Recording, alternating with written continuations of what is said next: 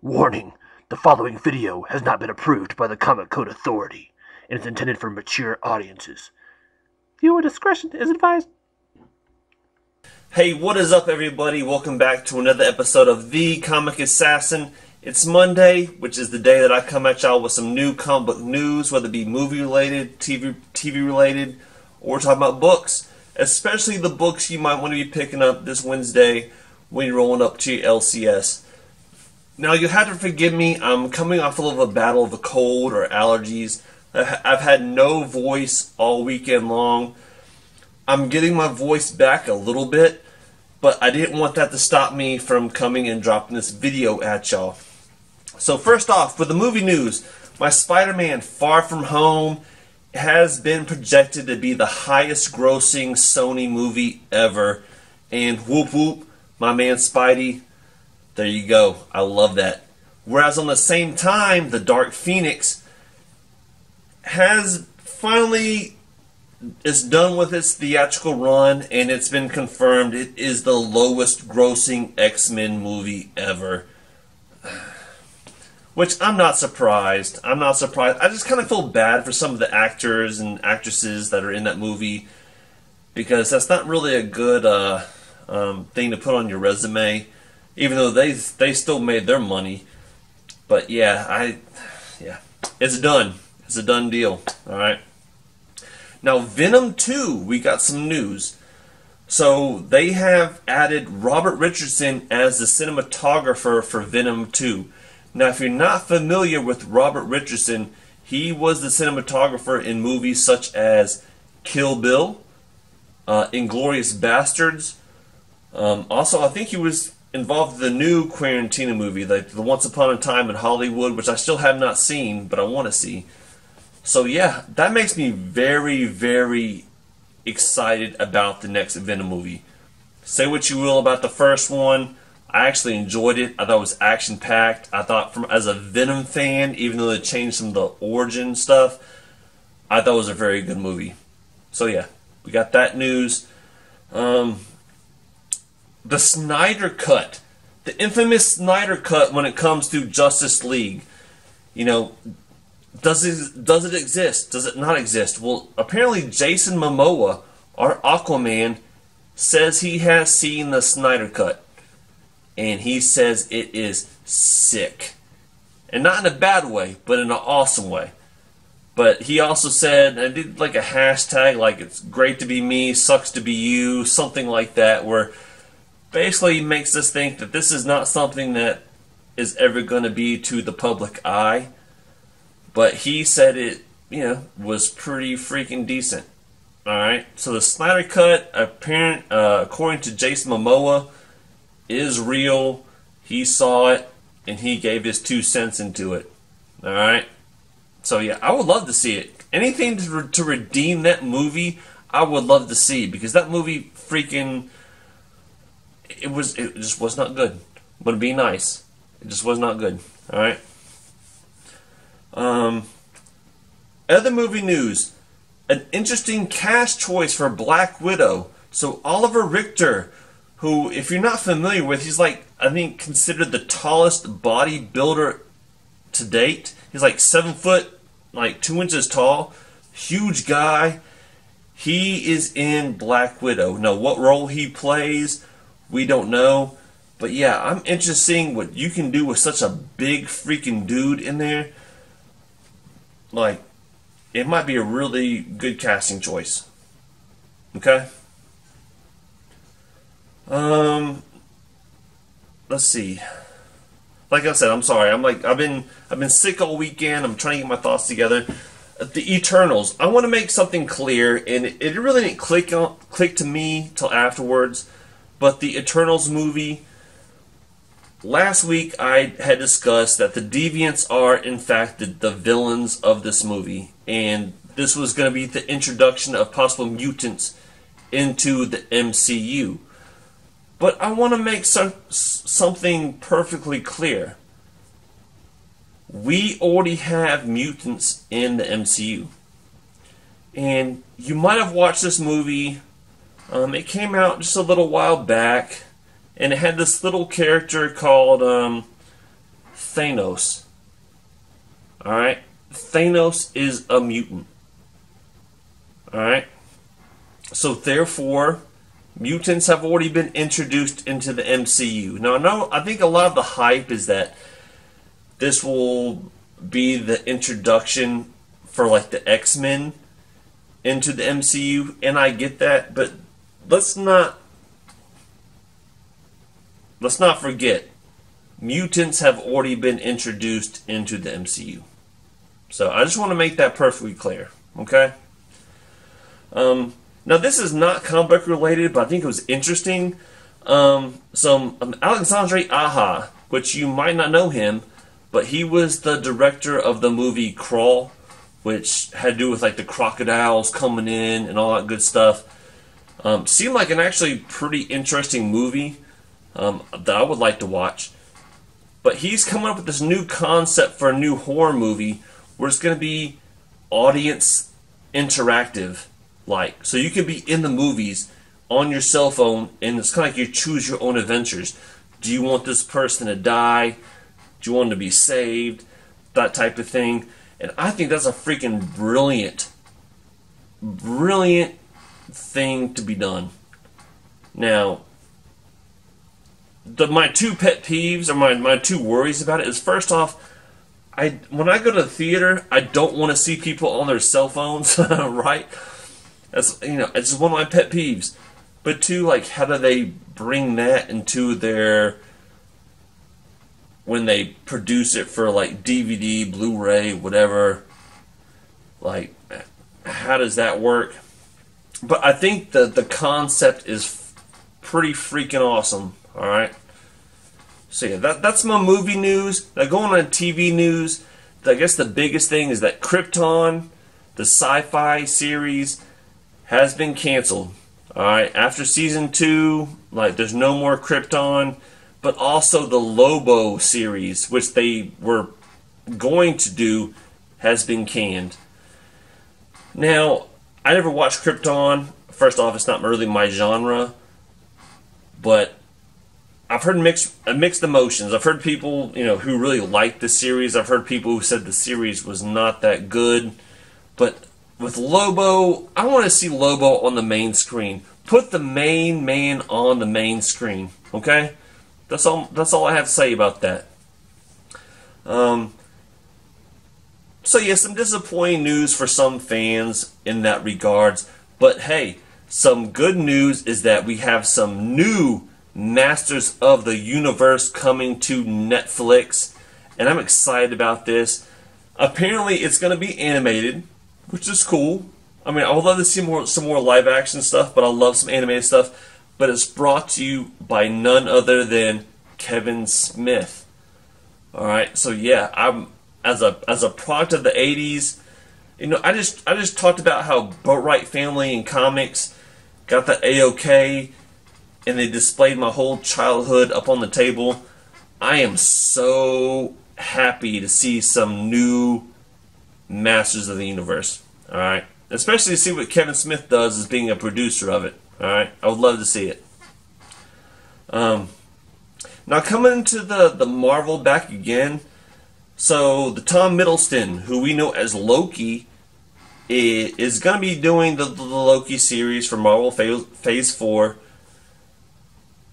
And it's going to be a Disney streamed only type of thing. Has confirmed that it's going to be only 6 issues, but 1 hour long. So we have 6 hours to find out what's going on with the storyline. I think that's cool. Where they're not going to just drag it out. I'm not too much of a fan of what we've heard about the storyline so far, about the whole like Loki going back in time to change his, try to better himself in the future type thing. I don't think that's original, but yeah, but we have it confirmed through Loki himself. There's only going to be 6 issues with that Disney stream service for Loki. So yeah, I think that's all I have for the TV news. Now let's go on with some comic books. And I don't normally do this, but I saw this cover and I had to mention it. That Venom 19, which is coming out in October, the Ji-Hung Lee version, That's a freaking beautiful cover, y'all. That's a beautiful cover. That's the only thing I can say about it. That's definitely one that should be on your radars right now, because that is beautiful work, alright? But then again, we also got Spawn 300. Finally, the cover A has been released by McFarlane, and it's a pretty awesome cover. Now, there's dozens of covers to pick from, so pick which one that you guys want. But honestly, that cover A, you can't go wrong with it. It's just it's a classic. And honestly, I was thinking that it was going to be something more homage-like, to be honest with you. But it's just a good, classic, standard Spawn cover. It stands on its own 2 feet, and I like it. Alright? So yeah, it's a beautiful, beautiful cover. If you are a Carnage fan, or better yet, should I say, or if you're a Donny Cates fan, right now on Midtown Comics, you can go and get some of their exclusives signed by Donny Cates for a cover price. So for like Absolute Carnage #1, where they had the Cates cover, where it was like Venom doing that issue, not a beautiful portrayal of Venom, signed by Cates for a cover price right now. They also have the regular cover signed by Stegman, the Art Germ variant signed by Stegman. Like, once again, all for cover price. Let's see, the Cosmic Ghost Rider #1 signed by Cates right now for a cover price on Midtown, and the Web of Venom Carnage. Carnage Born signed. This is the Midtown exclusive, signed by Cates for cover price right now. So yeah, if you're a Donny Cates fan, who doesn't like some Donny Cates these days? Go pick those books up, because what's the option of going to Midtown online, buying it, versus going to a con and spending hundreds of dollars to meet one person? This is your chance. All right, go get it. Go get it. Other than that, Liefeld is apparently making his own new team. Alright? So he's been tweeting some stuff, showing some of his characters, which reminds me of, like, yeah, that's stuff that I read back in the 90s. There's nothing original to it. Like, it seems so lost. Like, yeah. Liefeld, I really do want to support you sometimes, man. I really do. But here I can't. I'm sorry. Alright. I had to point that out there, because I saw that. I was like, oh wow, this is his new artwork. And I was like, this seems nothing new. Alright, but to the spec market, to those people who are speculators, your House of X #2, y'all. It is selling right now, cover price, the regular covers, going for $20 to $25. We're talking about 4 to 5 times cover price. And I know my LCS still has a whole bunch of them left. Now, I don't flip books, but if you do, go bank on it. Don't go over banking where you're like you buy like 100 copies, then you're stuck with like 70 of them. Be conservative, but you can make some money right now on House of X #2. Alright? So yeah, that's my little spec news on that point. Alright, so what is coming out this week? Dark Horse. Last Stop on the Last Line, #3. I love the book. Alright, I love it. It's confusing, but I want to see where they're going with it. So I'm picking that one up. Also, Strayed #1 is coming out. Now, this is a book that seems like it was made by a cat lover. It's about a cat that's like is astrally projected. She's willing to spend her 9 lives to save humanity. It might be a good read. Probably not for me, but seems like an interesting concept. Alright. I didn't want to cough, but like I said, I'm sick. And I'm coming at y'all raw, alright? IDW, Canto #3. My main man, Canto, who is going to risk his life to find a new heart for his loved one. I love it. Go pick it up. Image, Pretty Violent #1 is my one pick from Image. It's basically about a girl who grows up in a family of people who kill superheroes. And so she's fighting this dilemma of her personal, but also her family beliefs, right? Might be interesting. I'm picking up Pretty Violent #1. From Aftershock, we have Bad Reception #1, which is about a guy and a wife who goes on a, they're married, they're in a place that has no cell phone reception, but all the guests are getting killed by a serial killer who's leaving all these hashtags. I don't know if it's on the body, on the walls, but I mean, obviously you can't do it online because there's no reception. But that seems pretty interesting to me too. For the cover, Goon #4 by Albatross. That is a sweet looking cover. You can't go wrong with that cover. I love me some Goon. That cover is awesome. Horror Comics #2 from Antarctic. My LCS probably won't carry it because they don't carry any Antarctic press for some reason. But yeah, I love the synopsis of the book. That's one, if I can, I'll try to pick up. Also, we have Planet Caravan #1, which seems like a good story. It's about this guy and his relationship with his suit. I like the synopsis. I might try to pick that one up. And there's Headless #1 by Scout. To me, I love the fact that it's the 80s, being a product of the 80s. I love that. But the whole Headless Horseman stuff, I don't know if I can get on board. But also, Psycho Test #1 from Black Box. This is about an FBI agent who's a turned therapist, but when his clients tell him stuff, he's going out and trying to solve the problems. It seems like it might be an interesting book, so don't rule that one out.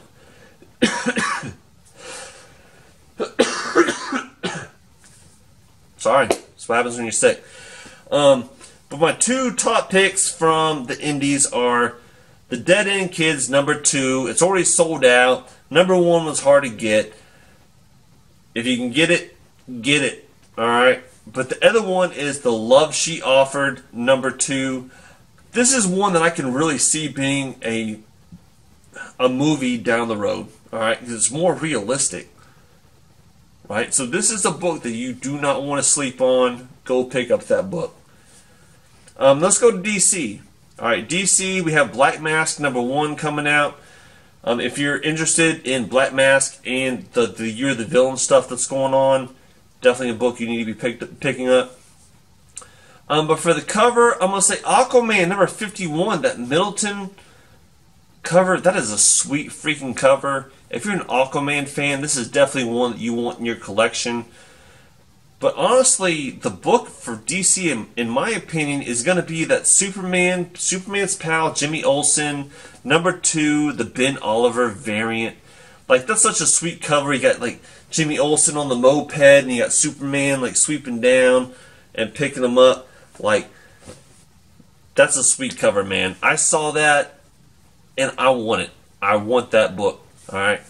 Now let's go to Marvel. We have Absolute Carnage vs. Deadpool #1. I love Carnage. I love Deadpool. I don't see how you can go wrong with that. But we also have the Deadpool annual #1 coming out. I have mixed feelings about this. I don't like the cover art on either one of them, to be honest with you. But as a Deadpool fan, I might pick it up. Or I might just flip through it and pass on it. Alright?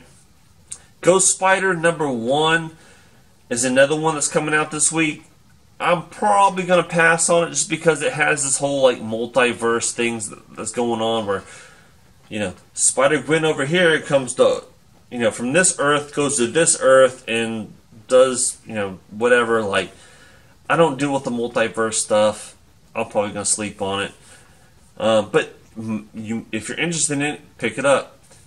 Guardians of the Galaxy #8, the Chris Stevens, the Marvel 80th anniversary cover, already sold out online. This is the death of Rocket Raccoon, which I love the storyline. Also, that cover, we have the heroes and villains doing the border. Like, this is the cover that I'll be picking up, so you might want to check that one out. Also, History. These are my probably two top picks in Marvel. The one that might not be speculated as much is the The History of the Marvel Universe #2. And basically this book is what's giving you some plug lines into what's going on into the Marvel Universe. #1 didn't heat it up, but #2 talks about Mystique and Destiny, which, if you don't know, there's always been this kind of this hidden thing where you thought they were together, but it was never confirmed. This book confirms it. It's like they have the kiss of Mystique and Destiny. And I say this because you see a lot of books heating up right now because of Jonathan Hickman's run. And I think it was House of X. Was it House of X #2 or Power of X? Power of 10 #2 that just came out that has like Mystique and Destiny. And you have like Mystique like holding like Destiny's shoulder, like they're together.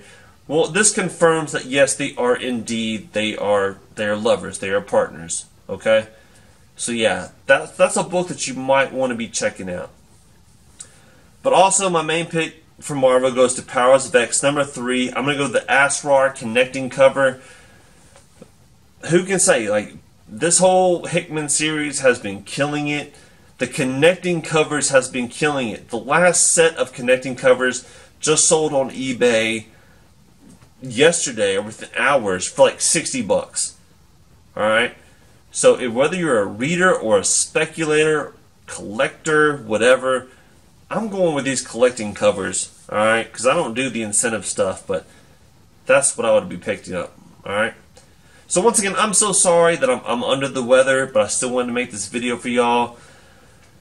Thank you so much for subscribing, for watching. Please leave a comment. Let me know what you guys think. And with that being said, this is the Comic Assassin. And on Wednesday, happy hunting.